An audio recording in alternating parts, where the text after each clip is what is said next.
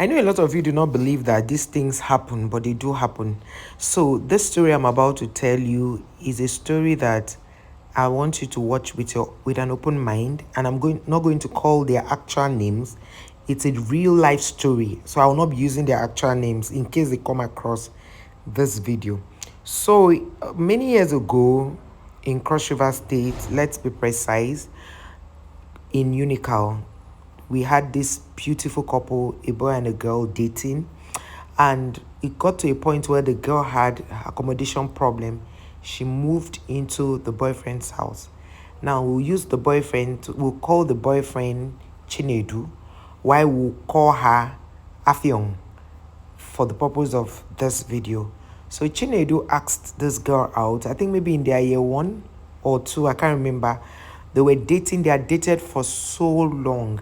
And one would think that, okay, being the best couple on campus, they'll soon be tying the knot, like they'll be getting married. But that didn't happen, and he kept dating. Sometimes they'll have some squabbles, they'll settle, and it went on and on. And then this day, the guy had gone to school. Oh no, before that day, the guy went to school. I think they had written their final exam, waiting for the posting for NYSC. So the girl was still in the guy's house. You know, a lot of people feel that it's okay to live with a guy irrespective of the family you come from. Maybe as far as your family members are not living in that city or town where you school, so they can do anything they want to do and get away with it. So that was what happened. The girl lived with the guy for all the years, and I don't know if they were paying rent together, but I know that he lived with the guy. And then the guy went to school to check something in school, and then he heard that somebody called him and said the girl had died. That's the Afyong lady had died. Afyong being an Akwa Ibom lady, for those people who watch this video will know this story, that Akwa Ibom people, once a woman lives in your house, and that is why they say do not stay with an Akwa Ibom person that you are not married to, because they take their laws very, very seriously. Their traditions are strict. There's no oga abeg. So they are very, very, consistent with their traditions, to the point that even when older people die, you see that their great-grandchildren will still contribute money. They share the money amongst the family members, and then the great-grandchildren will still contribute a particular amount of money for the burial or for the funeral, So that's what happened in this case. So when the guy got a call that the girl had died, the girl had an accident. And so they called him to come to the, accident scene to check if it's somebody he knew, because the phone number they saw, the last dialed number, was the guy's number. And then they asked, do you know so person that, do you know Afyong? And the guy said yes, he knows Afyong, that Afyong is his girlfriend. And that was how they asked him to come to a certain area in Calabar. They were living near Akim Market. For those who know Calabar very well, Akim Market is very close to Unical Small Gates.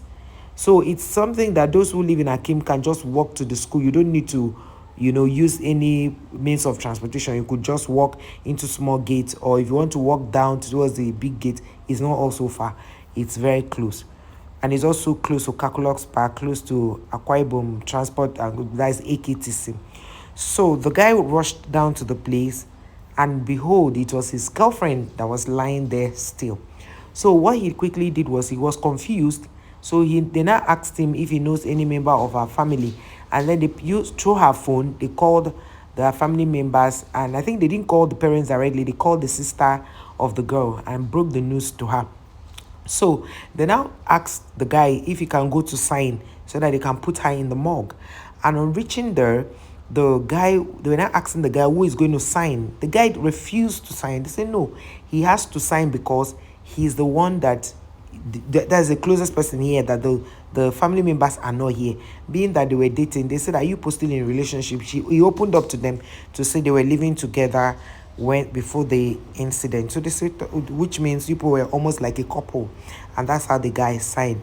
I think when they were even looking for fabric to cover or something, they asked the guy to buy. So with all of these things they did and all, so it came to when they'll be moving the body to Akwa Ibom. So the family members before now had called the guy to say this is the situation on ground. You need to marry her before, you need to do the marriage rites for her before they bury her. So the guy was like, no, now that he's not married to her in real life, why should he marry her now that she's dead? They now said yes, that's the tradition. And that why did he waste all the time? That he was already doing the things he was that married people do with her. So why will he now want to run away from his responsibility? And that was how the matter changed. They were going back and forth, different meetings with the family of the girl. They invited this guy for several meetings. Some he was so scared to attend, so he had to look for friends and family members to go with him. But they insisted that he must marry the corpse before they bury the girl. So they now asked the guy how much he had. He now started meeting friends. His family said no, that cannot happen. The girl's family now said if that does not happen, the guy cannot have a normal life.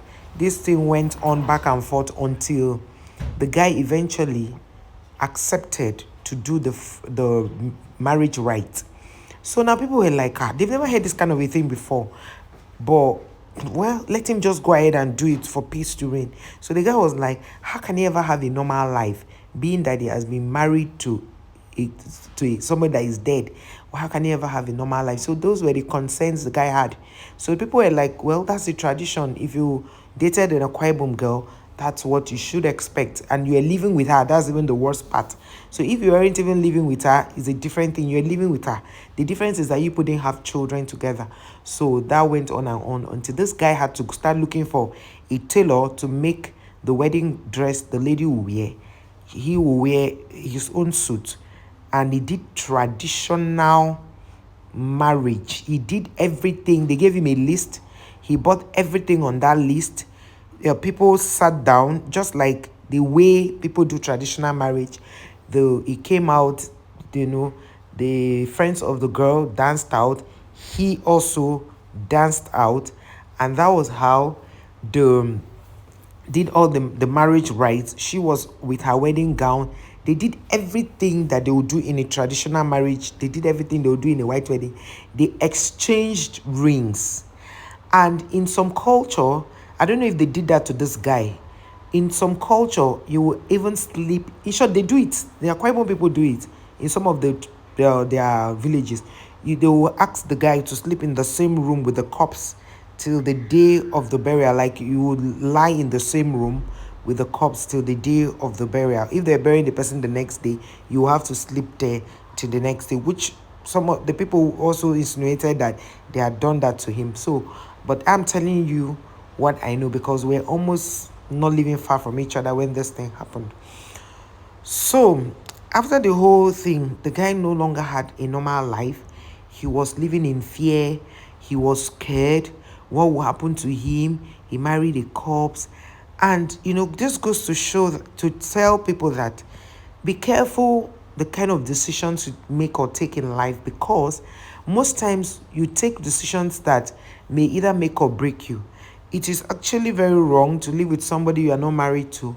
But if you eventually decide to live with somebody you are not married to, it is usually good to know their traditions, their customs, the norms, are in their area, so that you don't go into experiencing things that will leave you traumatized for life. So this guy began to have, problems. He was having panic attacks. So many things were happening to him. He was not able to really understand his body. But like I said earlier, if he had learned all of this, and for those who are watching this video, I want you to watch it with an open mind, not because we are trying to make the Akwa Ibom people look bad, but it's actually a reason. I feel they put out that so that people would stop, cohabiting without getting married. And there was a day I watched a video where I saw a lady cohabiting with a guy, and she's from Akwa Ibom. And I pray nothing happens to her, because to the Akwa Ibom people, even the day a woman who was married and they did not collect her bride price, they rejected it. Even if she had married you for 20 years, no matter how long this lady would have been married to you, whether it's 30 years, anytime the lady dies, they'll still ask you to bring the corpse back for burial, and they will ask you to do the marriage rite.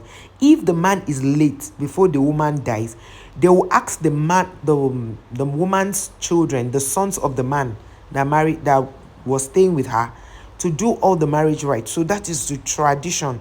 So for anybody who is from Akwa Ibom watching this video can attest to this. It happens. I don't know if it happens in other states, but this is very, very common in the Akwa Ibom tradition. Do not, and I like the fact that it is just so that they use that as a means of stopping people from cohabiting and living together when they are not married. And that was exactly what happened to this guy. It took the grace of God for this guy to come back to his normal self because he couldn't believe it. So it is very, very good for you to know the rules and regulations or the customs and tradition of somebody you wish to stay with, even when it is not something that has to do with marriage or end up in marriage. And then another set of people are the ones that will promise a girl marriage. At the end of the day, they will not marry the girl, but they will put her in a family way. Those ones, their own is even worse, because the kind of traditional marriage you would do is usually different if that lady should die. So let us be careful with the decisions we make in life, because these are real life stories. They happened in Cross River in Calabar, but it happened that the guy is Igbo while the lady is Akwa Ibom, and this kind of a thing happened to them. So let us be very careful with the kind of decisions we make. Even when you're going into a relationship, count the cost and be wise out there. It is better to know and be